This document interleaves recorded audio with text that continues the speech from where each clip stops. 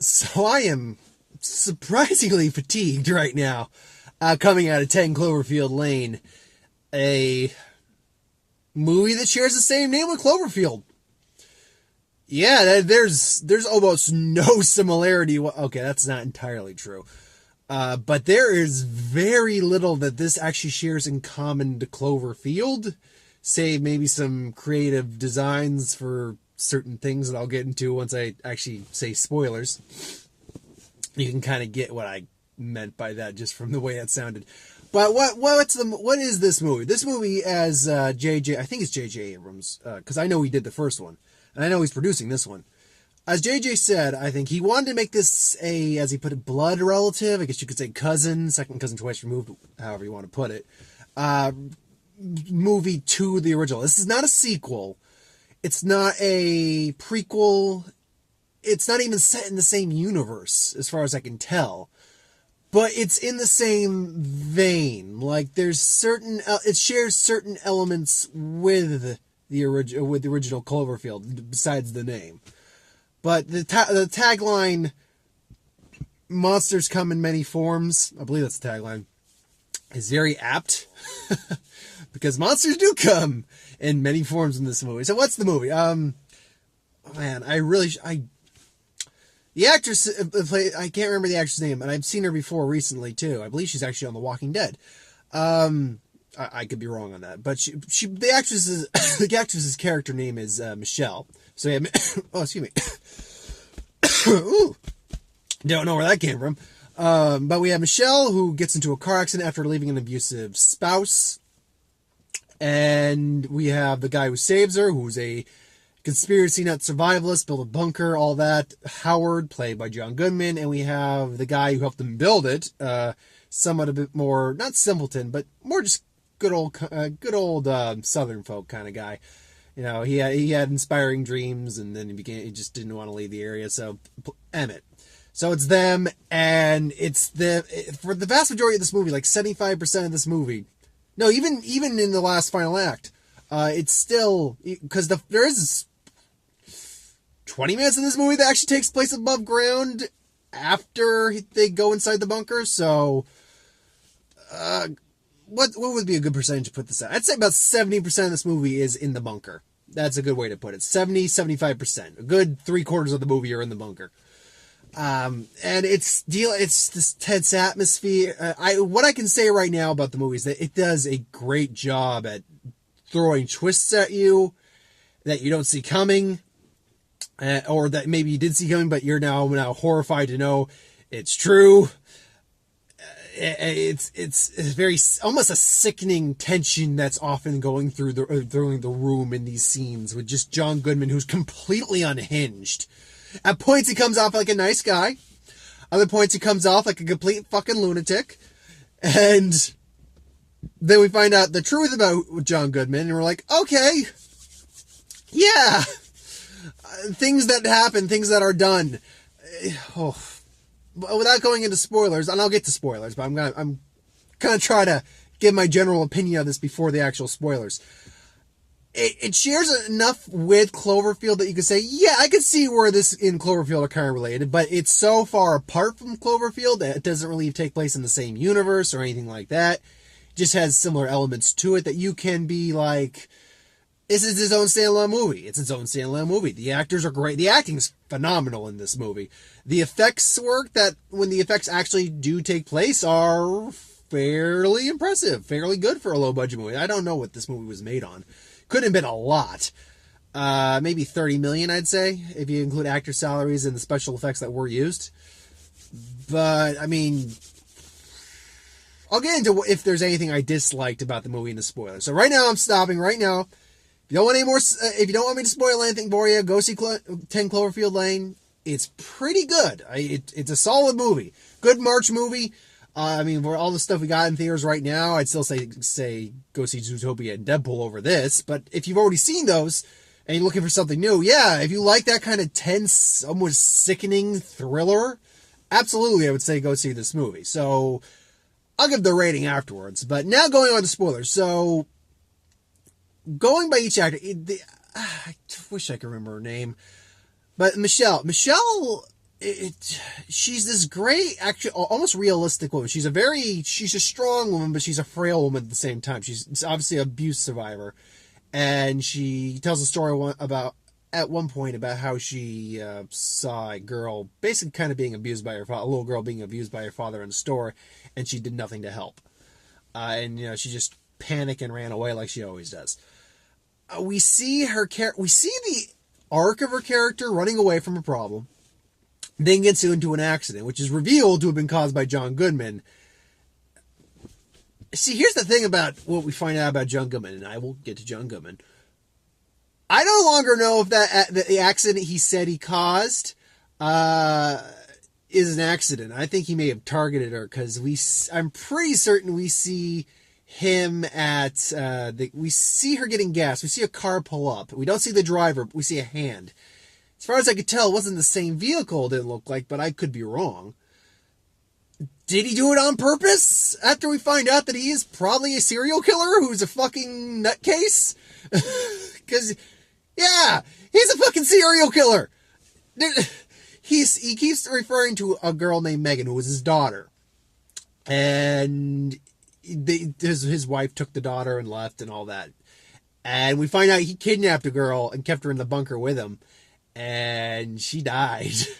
And why we don't see her around anymore is pretty obvious, probably. Ooh, I'm going to get to that in a moment. But let's talk about the other actors. Emmett, who, again, I can't remember the actor's name. He's a likable guy. He's kind of just this jovial, kind of trying to make the best of this situation dude. And he broke his arm trying to get in. He helped John Goodman build his bunker. And then we see he's got a backstory too, and I'm like, oh, you're a pretty decent guy. You're so fucking dead. Not from storytelling purposes, but because I don't see you in the last act of the trailer that they showed in the TV spots and trailer. He's not in the part where she actually escapes, which right there, I'm not saying the tension's not there, because the tension's definitely there. But it is defeated for a little bit because we know she's eventually going to get out of there. That's shown in the trailers. We know she is going to get out of there. Or, well, the first trailer, no, you can't make that argument. We knew she was going to get out of there. After they showed the TV spots of her outside, yes, we saw that was the way that was going to go. So that did kill a bit of the tension, but it's how she eventually gets out. This basically, one second, I want to make sure my light doesn't go out. Boop, boop, boop, boop. Anyway. Because it will burn out, and then I'll have to wait a few seconds to get it going again. But anyway, yeah, it's how she gets out that's the interesting thing, and all the measures these guys go through to try to outwit this serious survivalist. Who's okay? John Goodman sells this movie. He fucking sells this movie. He's the perfect amount. He's a large dude, so he can be imposing. He's this perfect amalgamation of nice when he wants to be nice, he can be jovial and stuff. He's after she smashed the ball. Smashing the ball actually is not her escaping. It's trying to escape, but she comes to a realization of seeing a woman been gassed, with just flesh falling off, dissolving on her face. And he's just like, okay, no, maybe this guy's right. This guy's fucking right. Oh dear God. And she helps stitch him up. But he kind of jokes about it. It's like, okay, you want a drink? It's like, what is it? Technically, it's vodka. I distilled it myself. It's safe to drink. I said I distilled it myself. I didn't say it tasted good. That's horrible. Yeah. Oh, on the rocks? Did some CO2 on it. Freezes it. Yeah, we used to do that in the military with our commanding officer, our captain. When he was being a bit of a dick, we used to freeze the lock off and break it off. It took him about 2 hours. We usually took him 1 or 2 hours to get out of there. So he has funny moments, but when you see what it's hiding underneath, this guy who's abducted women. I don't know if it's sexual or it's demented view of just like a family kind of thing, but he's just so unhinged. And then when we get to the point where Emmett exits the film, we're like, oh shit, that's what he did with that girl's body. Oh, fuck. I can't remember exactly what type of acid it was. Now, he worked in the military, Navy, I think. Marines. No, Marines, that was it. And worked with satellites. So he explains, I can't remember the name of the acid in particular, but a certain type of acid used in satellites and as a component of fuel. It melts down organics fairly quickly, and inorganics at a less quicker pace, but still fairly quickly. When it's revealed that she's trying to escape, that, he's on to them, kind of. Emmett takes the heat. He's like, yes, I want to get your gun, and I'm sorry. You're sorry? I accept your apology. And then just, boom, shoots him in the fucking head. And just is like, I know, it's up, it's over. You know what he was gonna do to us? Now we can be a family like we were supposed to be. Now you go into your room now.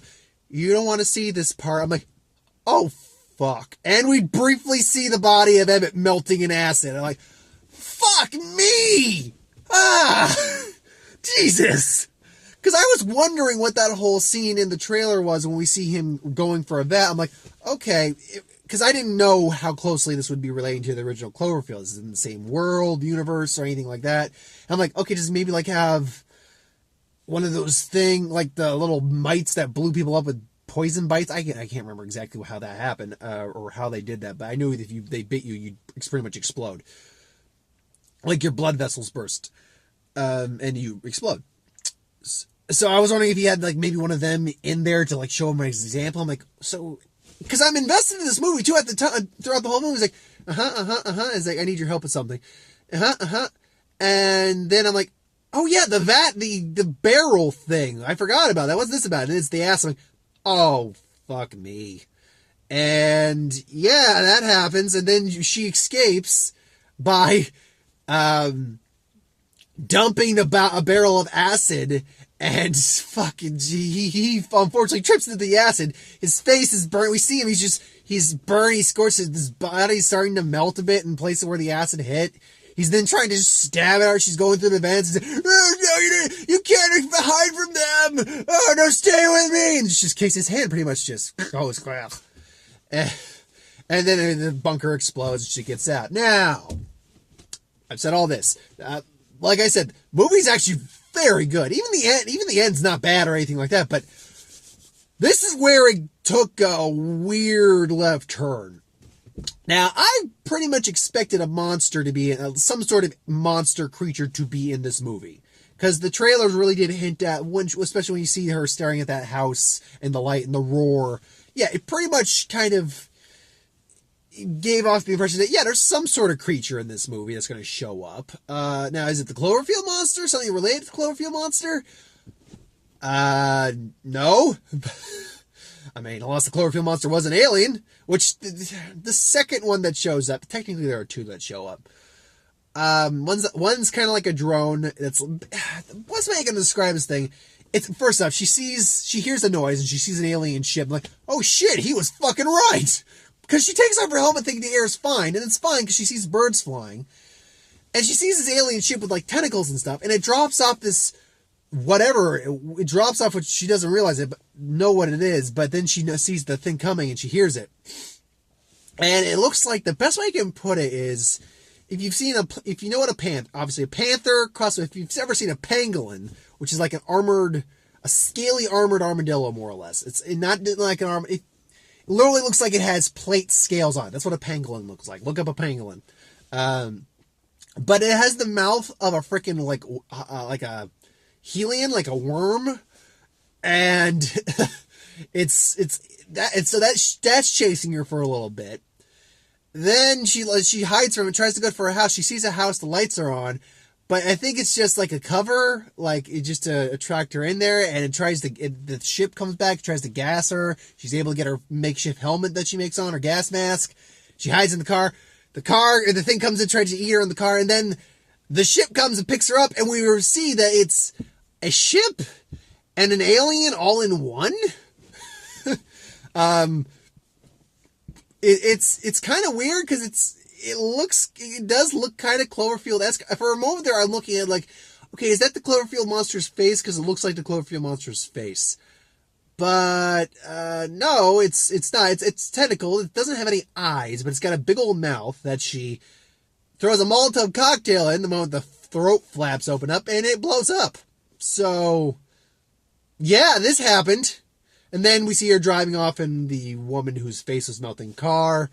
It's like, oh, we need help, Houston, Texas Steel, we need help. We need anyone in military or medical experience, and blah, blah, blah, blah, blah. And, she's making that choice. She makes that choice to not run, panic and run now, and just go help fight the fight.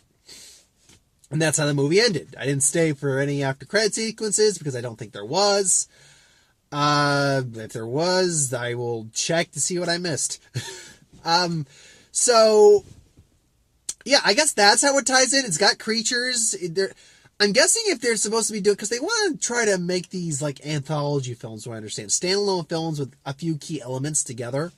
So I guess the key element is going to be creatures of some kind, monsters, aliens, whatever. We don't know what the Cloverfield monster actually was. We assume it was an alien, but some people think it's a kaiju a kaiju monster from deep under the sea or something like that. I don't really care.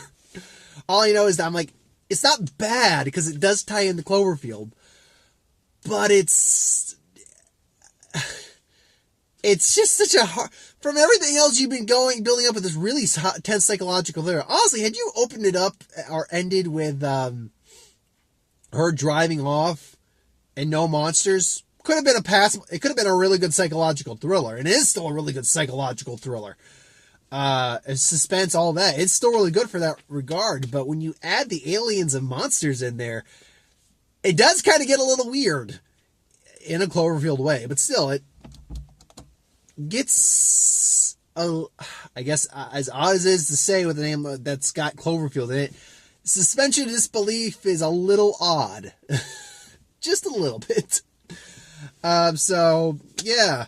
In terms of trailers, I got new ones. Technically, I got 2 new ones, but I got 3 to talk about. One is Everybody Wants Some. It looks like a fun 70s, 80s romp comedy about a guy who's going to college. He's part of a fraternity, I believe, and he's on the baseball team, and it's just the hijinks about his life in college at that time through the 70s. It looks like it's got a great soundtrack, or sounds like it's got a great soundtrack to it. So everybody wants some. Or what? Wait, no. Everybody wants some. Oh no, everybody wants some. That's right. It's Van Halen. Come to yeah. Everybody wants some. Yeah. So then we got, okay. Now this is one where I'm like, if you didn't give me the voiceover narrative that sounds like any standard rom-com voice narrative, I would have thought this is actually a pretty good movie. And it probably still is a good movie.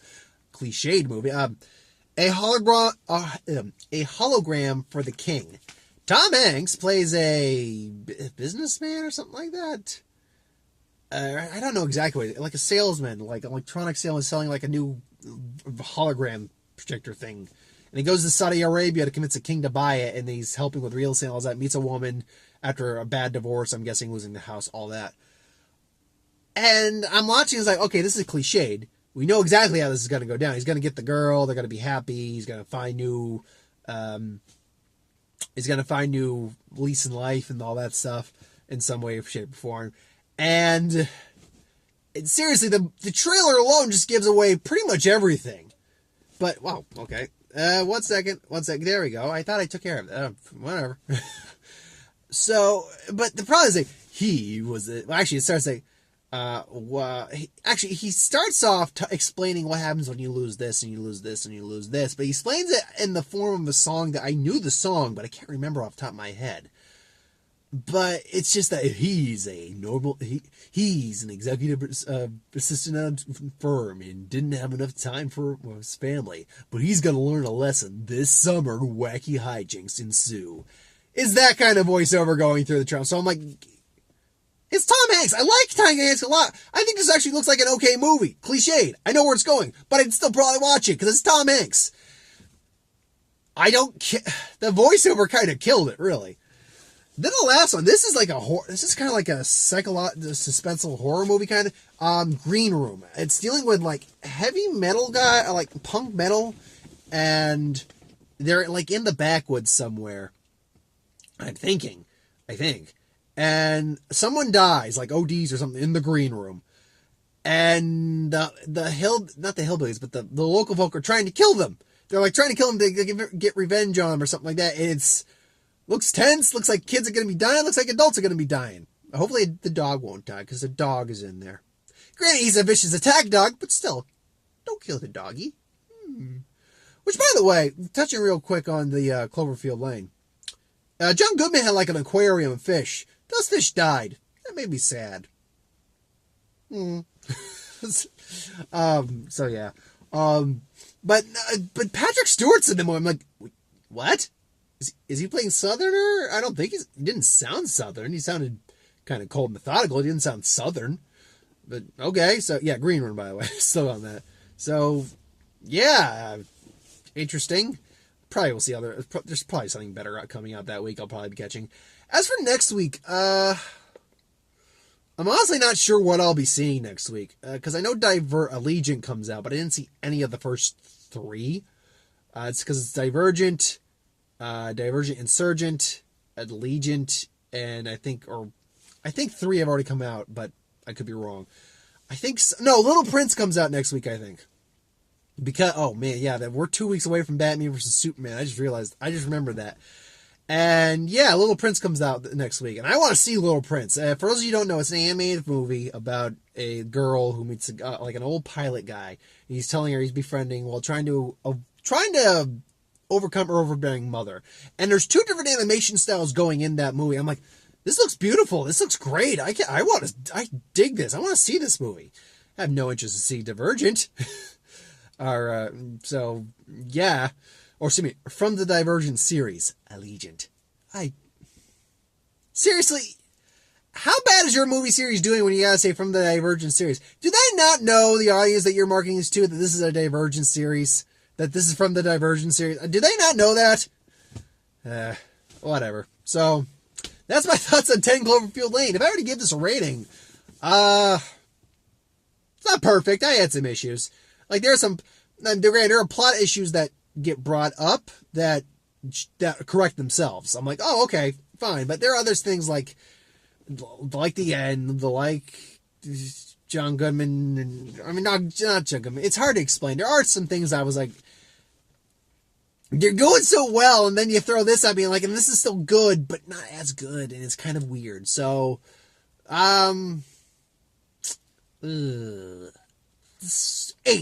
out of 10, I think. This one gets a good solid 8 out of 10. So, thanks for watching. I hope you enjoyed. Like, comment, share, and subscribe. As always, if you want us to review something, put in the comments below. Let us know. We'll do a review of it at some point. I have no interest. Not the right word. I have no intention of seeing another movie this week. Box office, I'll do Sunday. Apart from that, I got nothing else planned for this week. So, unless another trailer drops, which check out my review for Captain America Civil War 2, or Civil War Trailer 2. But yeah, other than that, yeah. So thanks for watching. See you next time, folks.